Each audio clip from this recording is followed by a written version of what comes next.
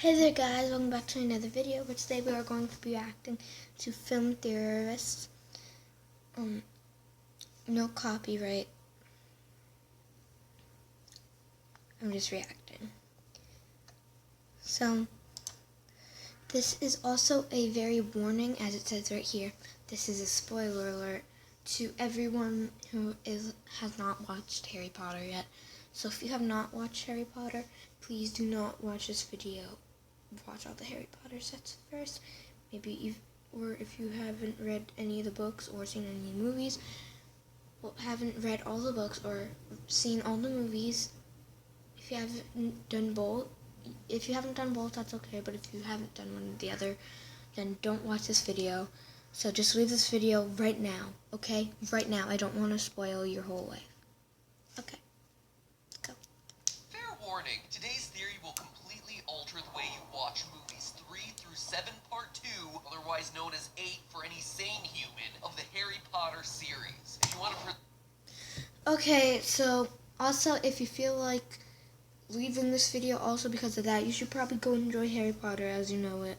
I don't want to ruin your life in Harry Potter, so go leave right now. I don't want to ruin your life. Okay, you guys have probably finished binge watching now because you probably paused the video. So now that we're back, I'm going to continue. Oh jeez, I'm so nervous, guys. Oh jeez. preserve the memories of those, go binge watch them now, because after today, you will never look at the battle between these two wizards the same way again. Oh, Your geez. childhoods have been warned. Oh jeez.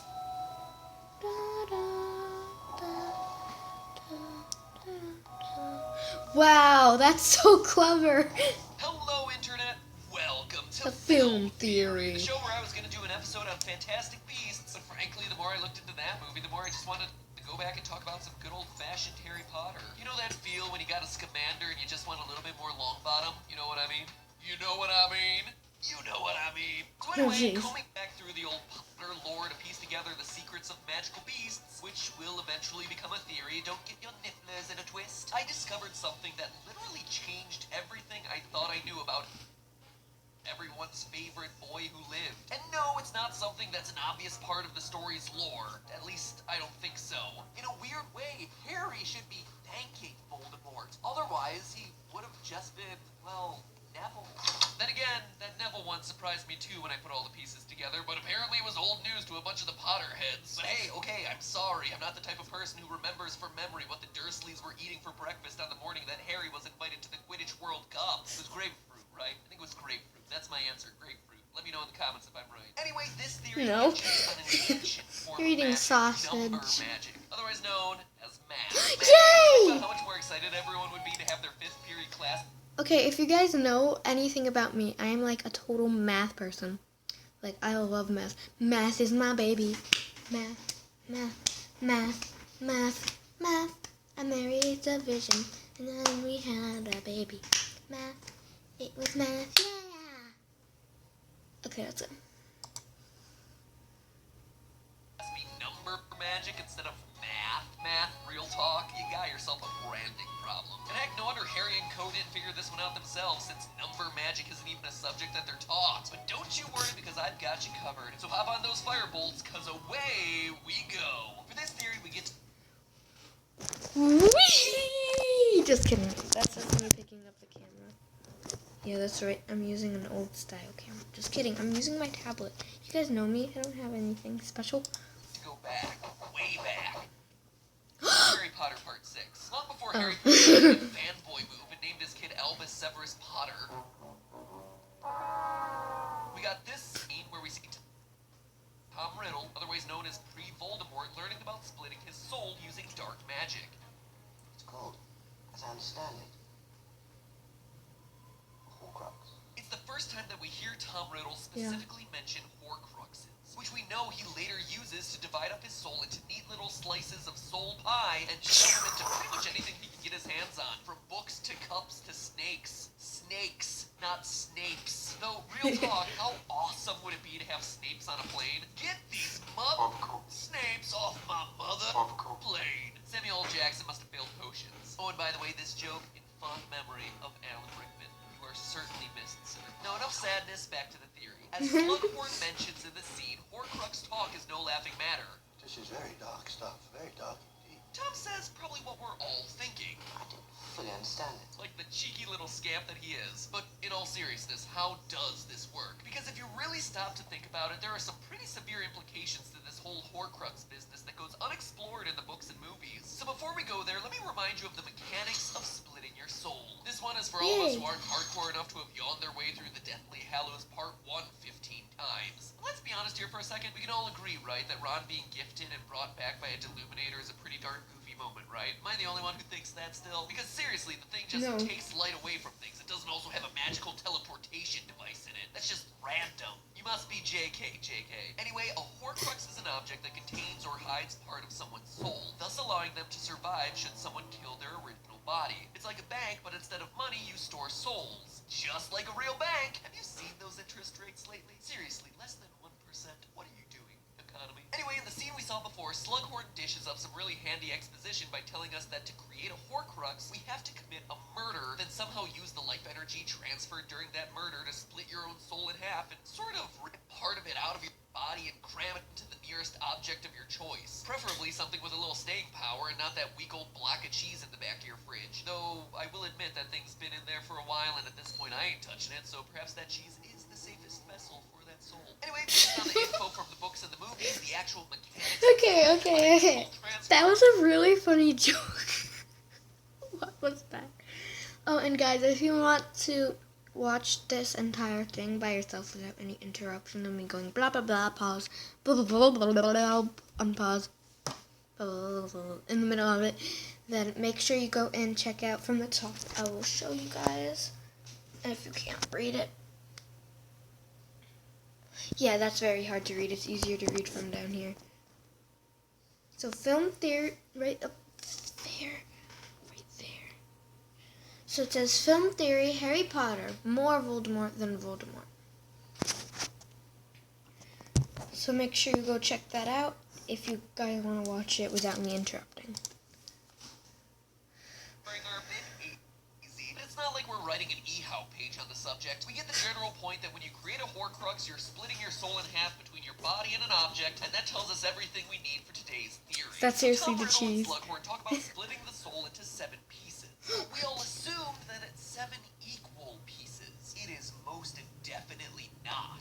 Every time Voldemort splits his soul in half, he only leaves half of his remaining soul in his own body. Then the next time he creates a Horcrux, it splits in half again, over and over. So what does that mean? Well, let's walk through some history that must not be named to see how it all plays out. He starts in 1943 with 1 whole soul. This conversation with Slughorn happens after the school year starts in 1943 when Tom is 16 years old. In the Chamber of Secrets, we learn that Tom Riddle puts his 16-year-old soul into his diary, thus creating the first Horcrux. To create this Horcrux, he kills Moaning Myrtle, which we also confirm when she describes her killer as a boy speaking a strange language.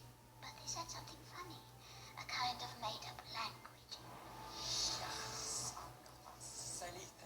With 1 Horcrux made, Hugh must need a rhinoplasty is down to 50% Ew. of a soul, with the other 50% locked into the diary. At this point, we know then that the diary is the Horcrux that contains the largest percentage of Voldemort's. After that, the creation of each Horcrux is supposedly tied to a major murder committed by Tom, at least according to J.K. Rowling, in a rule that we'll see her break in just under 45 seconds. Now, when Tom kills his father, Tom Riddle Sr., he creates the Marvolo Gaunt Ring. Hold on. Okay, let's continue. Horcrux, which we see on his finger in the scene with Slughorn. This is around the time of him creating the diary, also when he's either 16 or 17. And since we're taking half the soul Voldemort has remaining, this means that the Gaunt Ring has 25% Tom, and Tom himself is down to 25%, and with his prospects rapidly falling. Next, he kills Hepzibah. I don't know how to say your name, Hepzibah, but I'm gonna say it that way because it's fun to say. Next, he kills Hepzibah Smith in 1945, followed by a random muggle. Like I said, JK breaking her own rule. Anyway, these 2 characters aren't really in the movies, but were confirmed in a web interview with J.K. Rowling in 2007.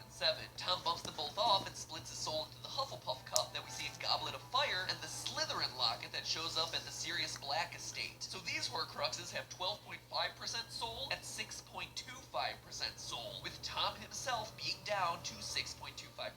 If you think about what that means, it's actually not surprising that as he rises to power, you see him start to physically change in response to his soul being drained. If you can lose over 95% of your soul and only really be missing some skin pigment, your hair, and your nose, that's not such a bad trade-off for immortality, all things considered. I'm just saying. Anyway, the next Horcrux is in 1956, the Ravenclaw diadem. We know Voldemort shows back up at Hogwarts at this point to ask Dumbledore to become the Defense Against the Dark Arts teacher, which Dumbledore turns him down for. After that, Voldemort, get this, curses the position and everyone who holds it from then on. Hence the reason why every year there's a new teacher in the position. I honestly didn't know this until reading up on all the lore bits on the Pottermore site. Isn't that insane? Voldemort is like the sorest loser ever. And it's worth mentioning that this is probably Voldemort's most effective spell of the entire series. Anyway, J.K. Rowling has also confirmed in several interviews that Voldemort cursed the position and the curse wasn't broken until he died. And since he was in the neighborhood anyway, he hid the diadem Horcrux in the Room of Requirement, which, despite what he says about it in the book, was ridiculously easy to find. Here's a bright idea. Let me hide this item in a room that, if someone is required to kill me, will make sure it shows up right in time for that person. What an excellent hiding spot. Then again, I suppose he required that the room needed to be hidden so he wouldn't die. So really, we just have the Room of Requirement play favorites. I see, of course, you two are choosing Team Harry. Anyway, short story, even shorter. If Malfoy hadn't shown up, the whole thing would have taken like 3 minutes. But I digress. What's important here is that by age 30, Voldemort's soul is down to 3.125% Oh, look, a of foot. his original soul. And Just despite his foot. talking about this grand plan to split his soul into 7 pieces, he must absolutely suck at counting because he actually quits at 6. 5 items and his original soul. Way to do a job only 857 hundredths of the way, Voldy. Because yeah, at that point, Voldemort takes a little siesta for about 30 years. I don't know, maybe he's afraid of more appendages falling off. So there's no other Horcrux creation until 1981.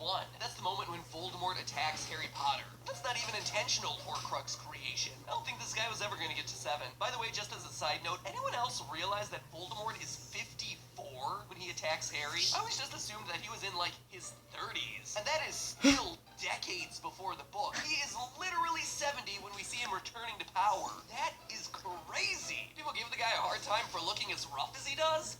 Come on, if I'm looking like that when I'm 70, then I must have had some plastic surgery done because he's really missing key features of his face. Also worth mentioning, in real life, Harry Potter would be almost 40. Ugh, makes me feel sad and old. Regardless, we all know the story. When Harry Potter and Voldemort meet, Voldemort's spell rebounds and he inadvertently splits his soul again, making Harry the unintentional Horcrux. Now, there's some debate about the actual Horcruxiness of Harry, but in a web interview with J.K. Rowling on the Leaky Cauldron site, she directly confirms that Harry Potter is indeed the last unintentional Horcrux. So for this episode, I'm with her. The important part here is that when the attack happens, Voldemort's soul splits again. His body basically vaporizes and turns that remaining 1.5625% of soul into some kind of weird wafting spirit that later attaches to the back of Professor Quirrell's head like some sort of face leech. This also means that we pinpointed exactly how much Voldemort is in Harry. Just over 1.5%. Maybe that's what Harry's scar really is. Just a little soul schmutz on his forehead. Got a little something. Just lick your thumb and a little something right there that let me just...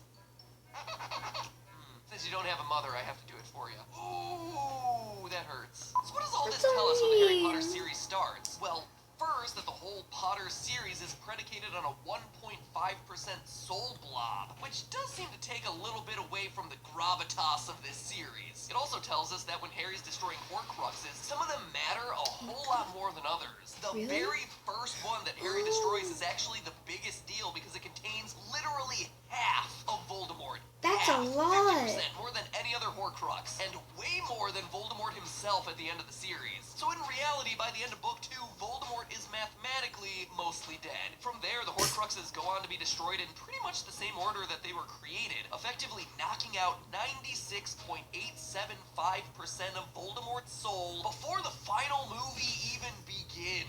Alright, but I hear you remembering your Harry Potter movie trivia, and y'all see what I'm leaving out here. It's not the elephant in the room, it's the snake. Any true Potterite knows that Nagini is also a Horcrux in the series, but one that I haven't mentioned yet at all. Well, here's why. Nagini was created in 1994, 13 years after his run-in with Harry Potter. During Harry's 4th year, Nagini becomes Voldemort's last attempt to split his soul into even more tiny little soul crumbs. But what this means for the series is the really fascinating part, because at this point with the creation of the final Horcrux, Voldemort's soul splits one final time, leaving him with only 0.78%, less than 1% of his original soul, meaning that Nagini has the other 0.78%.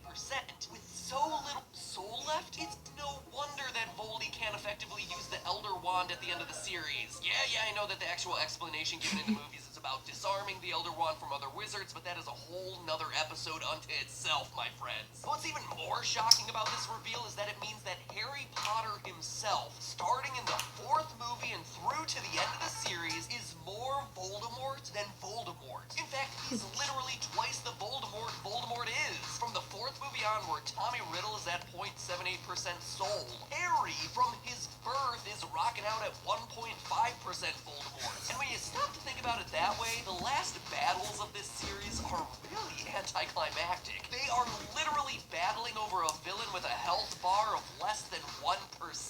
In this epic battle for Hogwarts, the grand evil wizard is just a fraction of a fraction of a fraction. Guys, this really hasn't changed me really much, because at the end, Harry does die and gets the soul removed out of him. Spoiler alert. So Harry dies and spoiler alert, spoiler alert, spoiler alert. Potterheads, stop watching right now. I mean, not Potterheads. Non-Potterheads better stop. I haven't seen the 7th or 8th one? I think the 8th movie. 7th, I don't know. One of those 2 movies. Yeah, the 8th movie. So Harry dies and gets the soul removed out of him. And then, because that little thing in the corner of the room that's like a little glob of redness is supposed to be the soul that of Voldemort came out of Harry. And then when he comes back to life, he has the soul removed from him. Just saying that. So, yeah. Technically, this doesn't really change anything at all.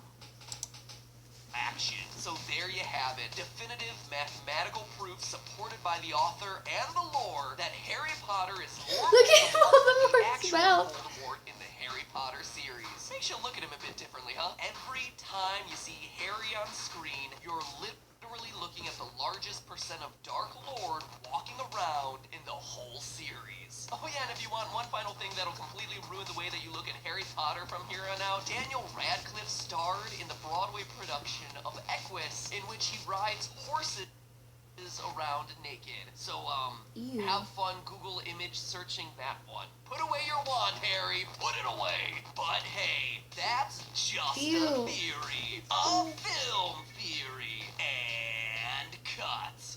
Accio subscribe button, and remember it's called subscribe and not subscribe.